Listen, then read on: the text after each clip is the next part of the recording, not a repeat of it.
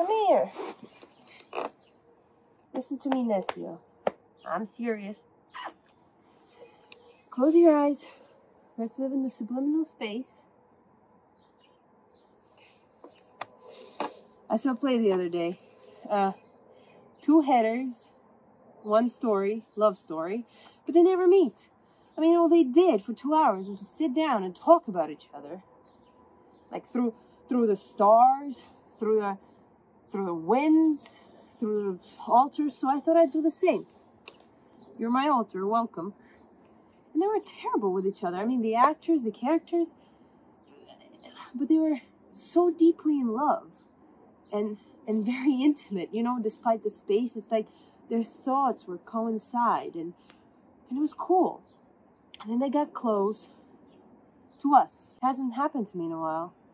The show, I mean. I haven't been to a show, and there I was, sitting in the audience, you know, breathing this human air, feeling the warmth, feeling the heat. And it was cool, I'm not gonna lie, but it was also very dangerous. It's like saying, fuck it, let's do it with no condom, you know? Except we had one, K95. I mean, no raw dog in the air by theater policy. But the thing is that we were all thinking about someone, like all of us, simultaneously, and you felt that. And I was on a date, and I was thinking of someone else. She was thinking of someone else. The old white lady next to me was thinking about someone else. I was crying, she was crying, and the show wasn't even that good.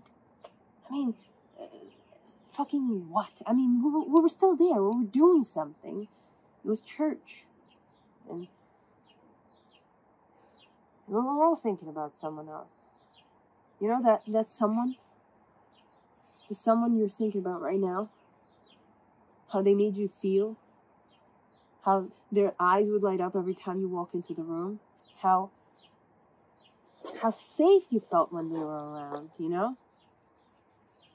And how they were reach their little tiny fingers towards you in the bedroom in the morning, and they couldn't feel you, and you weren't there because you went to the bedroom to brush your teeth, because that is love. And then they'd meet you, and in the morning, and their forest eyes would be filled with sunlight and everything, and they would just do this and smile because you were next to them. I mean, the way they thought, their thought process was absolutely crazy. And the intelligence that they... And you could never tell them. You never did. The taste of their lips, the smell of their navel, the taste of the pre-cum on their fingers. And then how they responded to you the moment you felt them slip away. And we all knew. You always know. And that was it. I bought this penny board the day I broke up with them.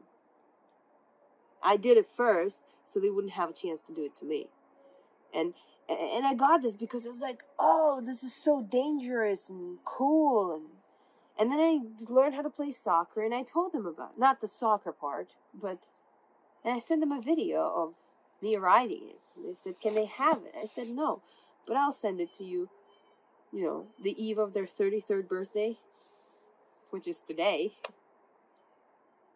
But I don't know their address, and I think they might be married.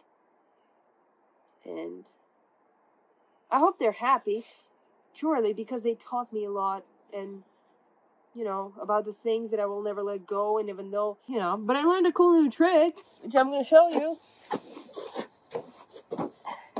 And, come on, let's go. 1, 2, 3. Okay, that wasn't that cool. I'm going to do it again. Okay, all right, that was better, but I can do better than that. And I hate looking at the moon, Now, because I'm wondering when it's going to be mine.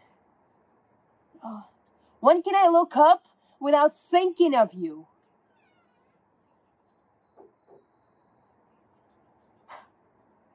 It's okay. Yeah. Yet without all of this, I wouldn't have you. I wouldn't have traveled. I wouldn't have went to school. I wouldn't have... and I'm thankful for that. Sometimes, just for a second,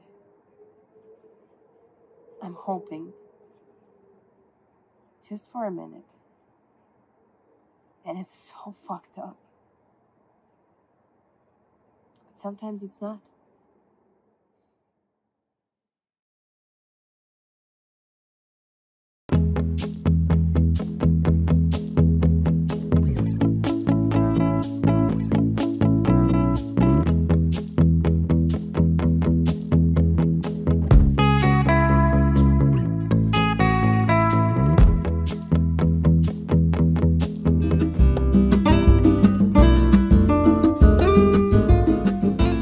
We are an American theater that produces and focuses on Latino artists. The voices that we've presented at Entire are very varied. I don't think that you can speak of this type of play other than the playwrights happen to be Latino. There's a freedom of language. A lot of the Latino writers I most respect are poets in their own way. There's also a mixture of reality and unreality. You know, there's a kind of fuzzy membrane that separates the two, and Latino writers love to poke their fingers through that membrane. I was in high school theater and I read a lot of plays, and I started to be drawn to Latino voices, and a lot of the writers who were coming up, like in the 90s when I was a student, were fostered here. I try to approach each playwright with, what do you want to do, not what do you have for me. It's a much more friendly hand. People come here with, open hearts and open minds, wanting an experience. The people who come here are already primed for an adventure.